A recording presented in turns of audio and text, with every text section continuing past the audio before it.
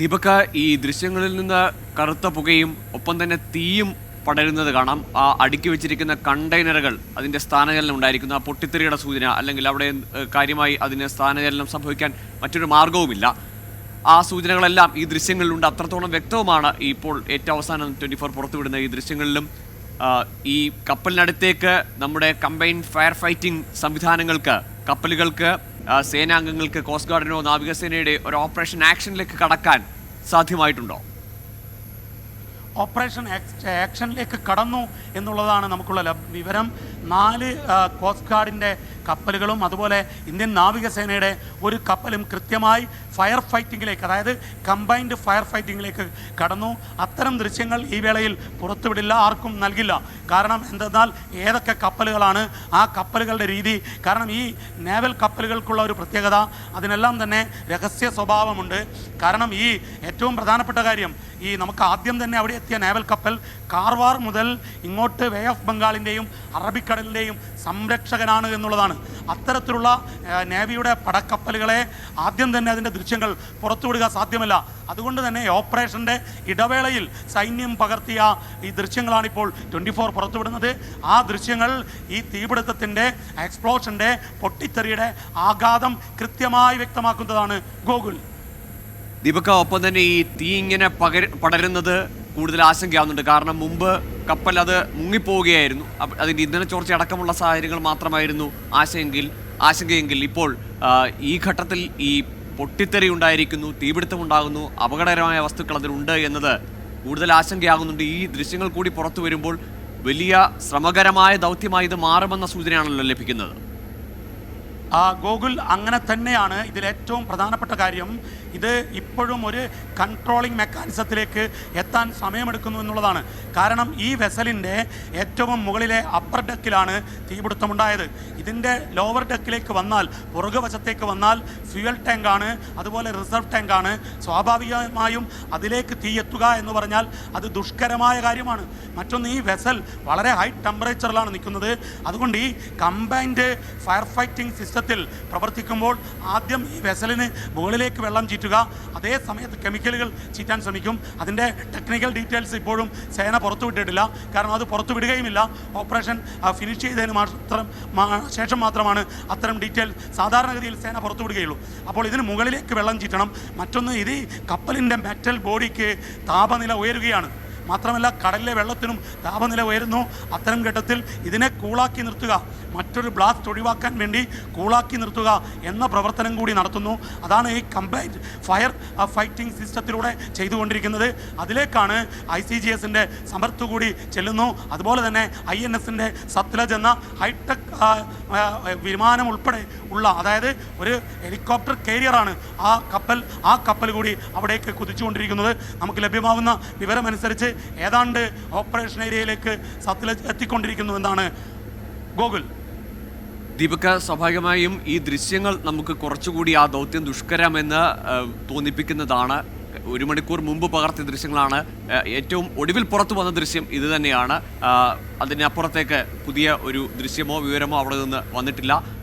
നേവിയുടെയും cost ഗാർഡിൻ്റെയും ഒക്കെ കപ്പലുകൾ, Dornier വിമാനങ്ങളൊക്കെ ആ മേഖലയിൽ ഈ സാഹചര്യം നിരീക്ഷിക്കുകയും ഫയർ ഫൈറ്റിംഗ് ഓപ്പറേഷനിലേക്ക് കടന്നു എന്നുമാണ് മനസ്സിലാക്കുന്നത്. മുൻപുണ്ടായ കപ്പൽ മുങ്ങിപ്പോയ അപകടത്തേക്കാൾ കൂടുതൽ ആശങ്കയുളവാക്കുന്ന, അല്ലെങ്കിൽ കൂടുതൽ ദുഷ്കരമാക്കുന്നത് ഈ കപ്പലിലെ തീപിടുത്തവും പൊട്ടിത്തെറിയും തന്നെയാണ്. ഒപ്പം അതിലുള്ള ഈ കണ്ടെയ്നറുകളിലെ അപകടകരമായ വസ്തുക്കൾ, 4 കാറ്റഗറിയിൽപ്പെടുന്ന അപകടകരമായ വസ്തുക്കൾ അതിലുണ്ട്. 100ഓളം കണ്ടെയ്നറുകളിൽ അപകടകരമായ വസ്തുക്കളാണ് എന്നതുകൂടി ഉറപ്പിക്കുന്ന ഘട്ടത്തിൽ വലിയ മുൻകരുതലുകൾ സ്വീകരിച്ചുകൊണ്ട് മാത്രമല്ലേ ഈ ഒരു ഓപ്പറേഷൻ മുന്നോട്ട് കൊണ്ടുപോകാൻ കഴിയുള്ളൂ. ദീപക്, ഗോകുൽ, കരയിൽ നിന്നും നമ്മൾ ചിന്തിക്കുന്നതിനേക്കാൾ അപ്പുറത്തേക്ക് ഏറെ ദുഷ്കരമാണ് ഈ പ്രവർത്തനം. 2 കാര്യങ്ങൾ ഇതിൽ ഒരേ സമയത്ത് നടത്തണം. ഒന്ന് രക്ഷാപ്രവർത്തനവും തീ അണക്കലും, മറ്റൊന്ന് ഇതിൻ്റെ ഡാമേജ് കൺട്രോളുണ്ട്. അതിൽ ഈ സമൃദ്ധ പ്രഹർ എന്ന് പറയുന്ന ഈ കോസ്റ്റ് ഗാർഡിൻ്റെ കപ്പലുണ്ട്, ICGS സമൃദ്ധ പ്രഹർ. അത് ഒരു POV ആണ്, അതായത് PCV ആണ്, പൊല്യൂഷൻ കൺട്രോൾ വെസലാണ്. ആ കപ്പൽ ഇപ്പോൾ ചെയ്തുകൊണ്ടിരിക്കുന്നത് ഇതിൽ നിന്നുള്ള ഓയിൽ മാത്രമല്ല 3 കാറ്റഗറിയിലുള്ള സാധനങ്ങൾ ഈ കപ്പലിലുണ്ട് എന്നുള്ളതാണ് നോട്ടിഫിക്കേഷൻ. അത് 2 തരത്തിലുള്ള ഈ സ്ഫോടക ദ്രവ്യങ്ങളാണ്. മറ്റൊന്ന് വിഷാംശമുള്ളതാണ്. ഇത് കടലിലേക്ക് ഒഴുകിക്കഴിഞ്ഞാൽ വലിയ രീതിയിലുള്ള ദുരന്തമുണ്ടാകും. അത്തരം ദുരന്തങ്ങളെ തടയാൻ വേണ്ടി ഒരു കപ്പൽ ആ പ്രവർത്തനം മാത്രം ഏറ്റെടുത്തിരിക്കുകയാണ്. അതായത് പൊല്യൂഷൻ കൺട്രോൾ വെസലാണ് ഈ ICGS സമുദ്രപ്രഖർ. ഈ സമുദ്രപ്രഖറിനെ ആ രീതിയിൽ ഓപ്പറേഷന് വേണ്ടി ഉപയോഗിക്കുന്നു. അതേ സമയത്താണ് തീയണക്കാൻ വേണ്ടിയുള്ള മറ്റു ദൗത്യവുമായി കമ്പൈൻഡ് ഫയർ ഫൈറ്റിംഗ് മെക്കാനിസം, ആ ഫയർ ഫൈറ്റിംഗ് ഓപ്പറേഷൻ നടക്കുന്നത്. ഗോകുൽ, ദീപക്, ഈ കപ്പലിലുള്ള 4 പേരെയാണ് ഏറ്റവും ഒടുവിൽ ലഭിക്കുന്ന വിവരം അനുസരിച്ച് 4 കപ്പൽ ജീവനക്കാരെയാണ് കണ്ടെത്താനുള്ളത്. അവരെ സംബന്ധിച്ച് എന്തെങ്കിലും സൂചനകൾ ലഭിക്കുന്നുണ്ടോ? ഒപ്പം കരയിൽ ഇവരെ എത്തിച്ചാൽ മംഗലാപുരത്തും ഒപ്പം ബേപ്പൂരിലും അവർക്ക് ആവശ്യമായ ചികിത്സ അടക്കം നൽകുന്നതിനുള്ള തയ്യാറെടുപ്പുകൾ, ഇമിഗ്രേഷൻ വിഭാഗത്തിന്റെ തയ്യാറെടുപ്പുകളും ഒക്കെ പൂർത്തിയായിട്ടുണ്ടോ? ഇതിലേറ്റവും പ്രധാനപ്പെട്ട കാര്യം മംഗലാപുരത്തേക്കായിരിക്കും കൊണ്ടുപോകാൻ സാധ്യത. ഡൽഹിയിലുള്ള കൺട്രോൾ റൂമിൽ നിന്നാണ് ഇതെല്ലാം തന്നെ നിയന്ത്രിച്ചു കൊണ്ടിരിക്കുന്നത്. ഓപ്പറേഷൻ കമാൻഡിൽ നിന്നുള്ള വിവരങ്ങൾ കൺട്രോൾ റൂം അനലൈസ് ചെയ്യും.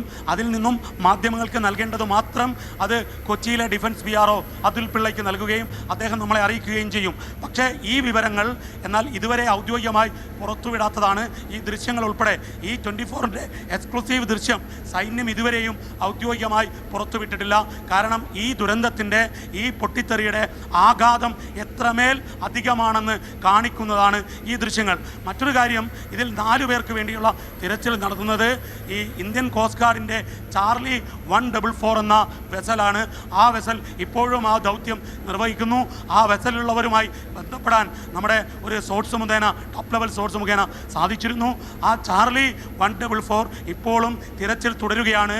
ഈ കോസ്റ്റ് ഗാർഡും നേവിയും ശ്രമകരമായ ഒരു ദൗത്യം, ഒരുപക്ഷെ അതിർത്തിയിൽ രാജ്യരക്ഷാ പ്രവർത്തനം നടത്തുന്നതിനേക്കാൾ അപ്പുറത്തേക്കുള്ള ഒരു രക്ഷാപ്രവർത്തനമാണ് കഴിഞ്ഞ പിന്നിട്ട മണിക്കൂറിൽ അവിടെ ചെയ്തുകൊണ്ടിരിക്കുന്നത്.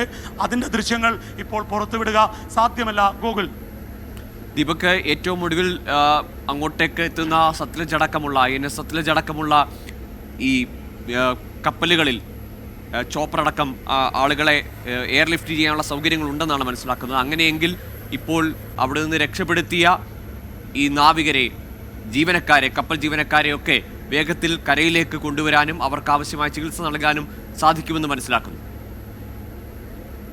ഗൂഗിൾ, ഇപ്പോൾ തന്നെ അവർക്ക് കോസ്റ്റ് ഗാർഡിൻ്റെ കപ്പലിനുള്ളിൽ വെച്ച് ഈ 4 പേർക്ക് ഈ കാണാതായ 4 പേരൊഴിച്ചുള്ള ബാക്കി എല്ലാവർക്കും പ്രാഥമികമായ ശുശ്രൂഷ നൽകിക്കഴിഞ്ഞു എന്നുള്ളതാണ് നമുക്കറിയാവുന്നത്. സാധാരണഗതിയിൽ ഒരു കോസ്റ്റ് ഗാർഡിൻ്റെ ആയാലും നേവിയുടേതായാലും ഒരു സേനയുടെ കപ്പലിൽ മെഡിക്കൽ എമർജൻസിക്കുള്ള എല്ലാ സംവിധാനവും ഉണ്ടാകും.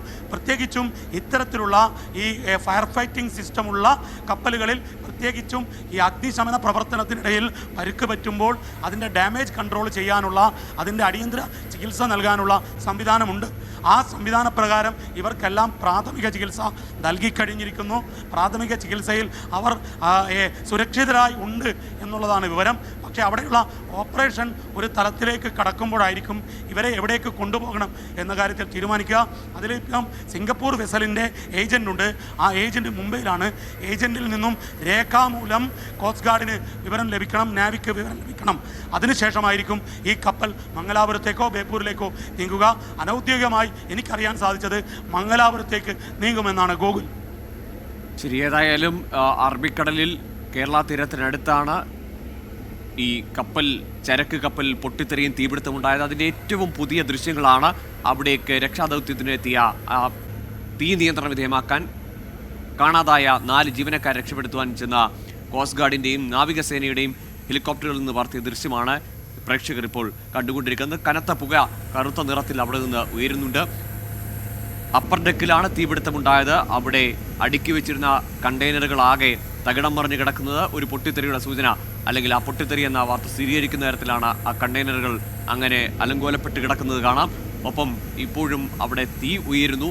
തീ അണയ്ക്കുന്നതിനൊപ്പം തന്നെ ഈ കാണാതായ അല്ലെങ്കിൽ ഇതുവരെയും കണ്ടെത്തിയിട്ടില്ലാത്ത 4 ജീവനക്കാർക്കായി, കപ്പൽ ജീവനക്കാർക്കായുള്ള തിരച്ചിൽ കൂടി ഒരേ സമയം പുരോഗമിക്കുന്നുണ്ട്. അങ്ങനെ 2 ലക്ഷ്യങ്ങളോട് കൂടിയുള്ള ഒരു ദൗത്യം ഇപ്പോൾ പുരോഗമിക്കുകയാണ്. അറബിക്കടലിൽ ഈ രക്ഷപ്പെടുത്തിക്കൊണ്ടുവരുന്ന ജീവനക്കാരെ, കപ്പലിലെ നാവികരടക്കമുള്ളവരെ മംഗലാപുരത്തേക്കായിരിക്കും കൊണ്ടുപോകുക എന്നാണ് ഏറ്റവും ഒടുവിൽ ലഭിക്കുന്ന വിവരം. ഇപ്പോൾ നാവികസേനയുടെ കോസ്റ്റ് ഗാർഡിന്റെയും ഒക്കെ കപ്പലിൽ ഇവർക്ക് പ്രാഥമിക ശുശ്രൂഷ നൽകുന്നുണ്ട്. അതിനുശേഷം ഇവരെ ബേപ്പൂരിലേക്ക് കൊണ്ടുവന്നാൽ അവിടെയും അവർക്ക് വേണ്ട അവരെ കരയിലേക്ക് സ്വീകരിക്കാൻ ഒപ്പം ചികിത്സ നൽകുവാൻ വേണ്ടിയുള്ള തയ്യാറെടുപ്പുകളെല്ലാം സജ്ജമാക്കിയിട്ടുണ്ട്. ഇതാ ആ ദൃശ്യങ്ങൾ 24 പുറത്തുവിടുന്ന ഈ ദൃശ്യങ്ങൾ ഏറ്റവും ഒടുവിൽ 1 മണിക്കൂർ മുമ്പുള്ള ദൃശ്യങ്ങളാണ്.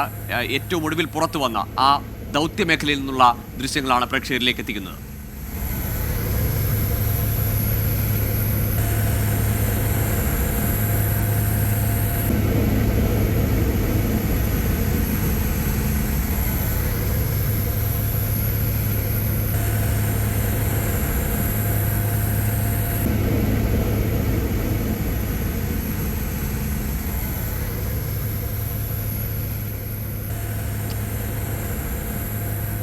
അറബിക്കടലിൽ പൊട്ടിത്തെറിയും തീപിടുത്തവും ഉണ്ടായ സിംഗപ്പൂർ കപ്പലിന്റെ ദൃശ്യങ്ങളാണ് പ്രേക്ഷകർ കാണുന്നത്. ഇപ്പോൾ രക്ഷാദൗത്യം പുരോഗമിക്കുകയാണ്.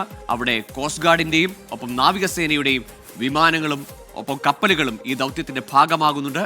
ഇനിയും 4 നാവികരെ കണ്ടെത്താനുണ്ട്. ഒപ്പം കപ്പലിന്റെ നിയന്ത്രണം പൂർണ്ണമായി നഷ്ടപ്പെട്ടിരിക്കുന്നു. അവിടെ തീ ഉയരുന്നുണ്ട്. കൂടുതലിടങ്ങളിലേക്ക് തീ പടരാതിരിക്കാൻ എണ്ണച്ചോർച്ച അടക്കം ഒഴിവാക്കാനുള്ള പ്രതിരോധ സംവിധാനങ്ങളും അവിടെ സജ്ജമായി കഴിഞ്ഞിരിക്കുന്നു. അങ്ങനെ നാവികസേനയും കോസ്റ്റ് ഗാർഡും സംയുക്തമായി ആ തീ നിയന്ത്രണ വിധേയമാക്കാൻ ഒപ്പം ജീവനക്കാരെ രക്ഷപ്പെടുത്താനുള്ള ഒരു ശ്രമകരമായ ദൗത്യത്തിലാണ് ഏർപ്പെട്ടിരിക്കുന്നത്.